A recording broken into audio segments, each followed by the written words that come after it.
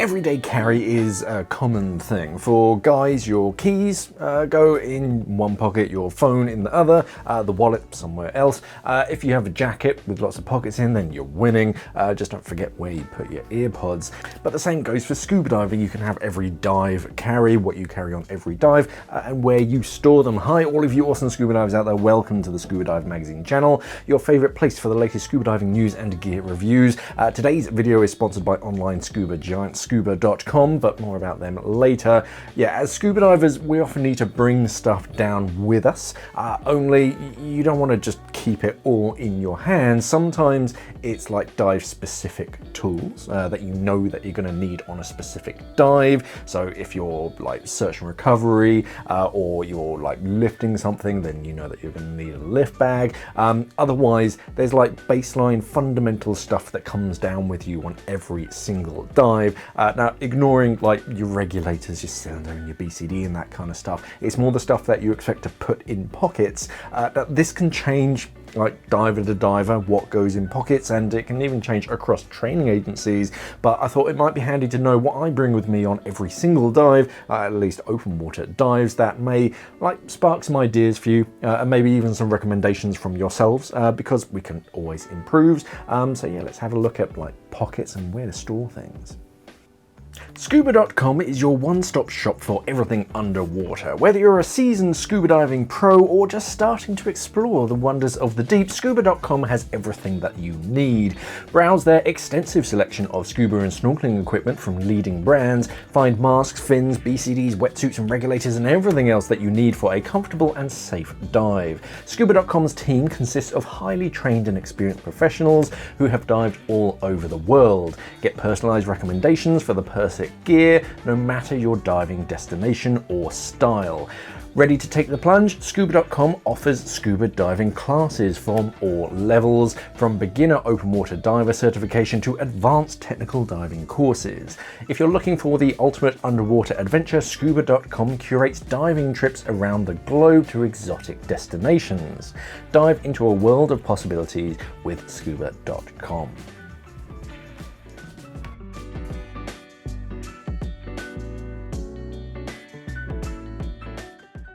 So the first thing is, where do you keep everything? You've got a few options whilst diving. The first things is like D-rings. Most BCD harnesses and quite a lot of just dive equipment in general have an abundance of D-rings around them that you can clip gear to with like a bolt snap.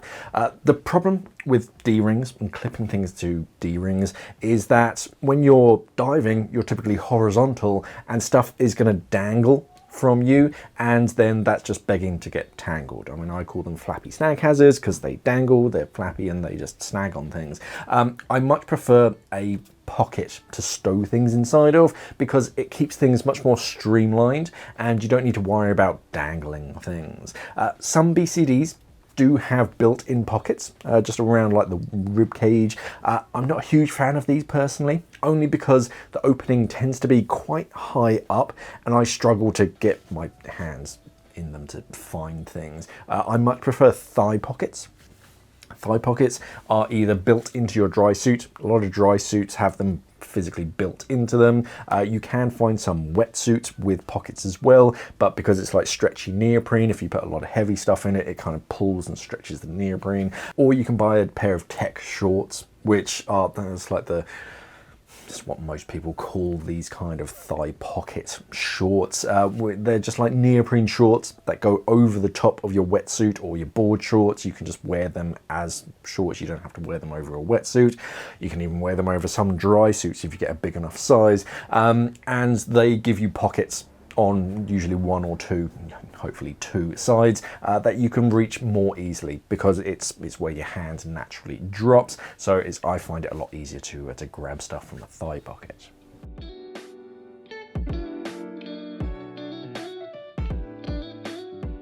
What you're actually bringing down with you, or what I tend to bring down with me, several things come down with me on every open water dive, and they mainly answer the biggest like what if questions I have for most dives. What if this happens? What if that happens? The first thing that I always carry with me is for like, what if I'm unresponsive? When somebody finds me, I can't answer questions, I can't identify myself, I can't tell them my emergency contact details. I carry in a card with my emergency contact information.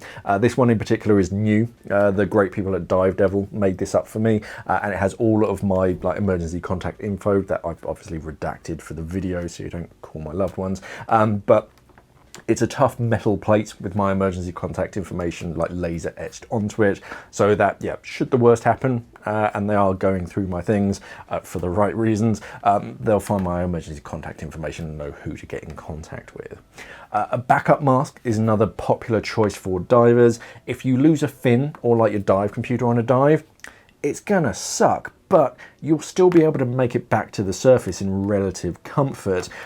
If your mask breaks or if it's lost, and I've seen this on dives where another diver, the glass lens has literally popped out of their mask underwater, no amount of blowing is going to clear that.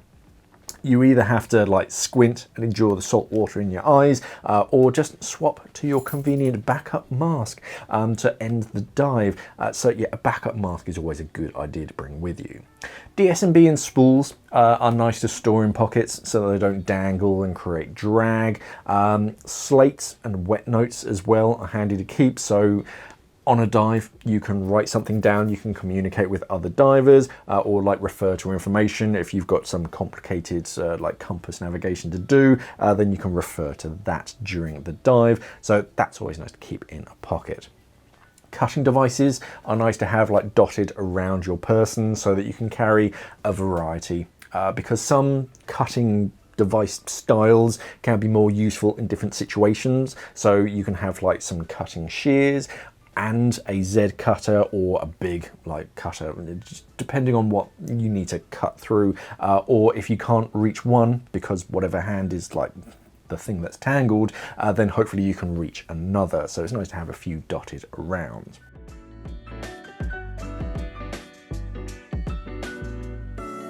A few factors can affect what's in my pockets, just like other stuff.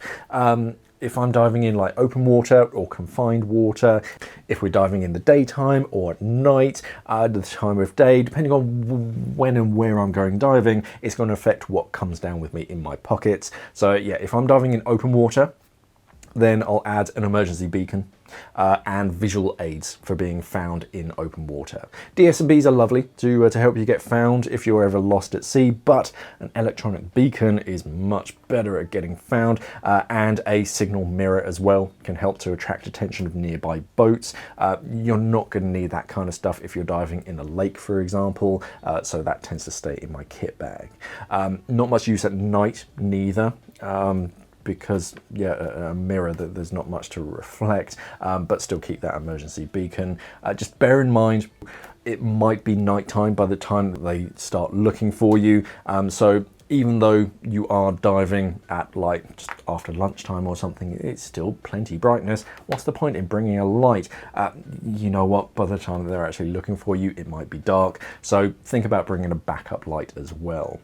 My backup light usually lives tucked into onto my harness with a ranger band clipped onto a D-ring, but if you have spare torches, then you'll want it on you just in case the battery runs out for whatever reason. If you're lost at sea, it's better to have it on you instead of in your kit bag. Otherwise, yeah, it really comes down to what you're planning on doing or could possibly need. Like, yeah, a lift bag, a collection bag or something, a dry canister for your car keys. Just kind of think about what you might need and where it's most convenient to put it.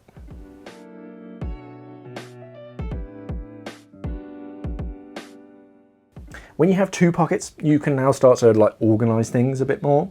The most common strategy is to have emergency things on your right-hand side in your right pocket, because it's usually the easiest to reach quickly without anything like cumbersome on the left-hand side, and everything else goes in the left. The left is like your working pocket that you expect to use on the dive is going to go on your left-hand side. Emergency stuff that you hopefully don't touch on the dive goes on the right-hand side. So your right-hand pocket, we're putting our backup mask on the right.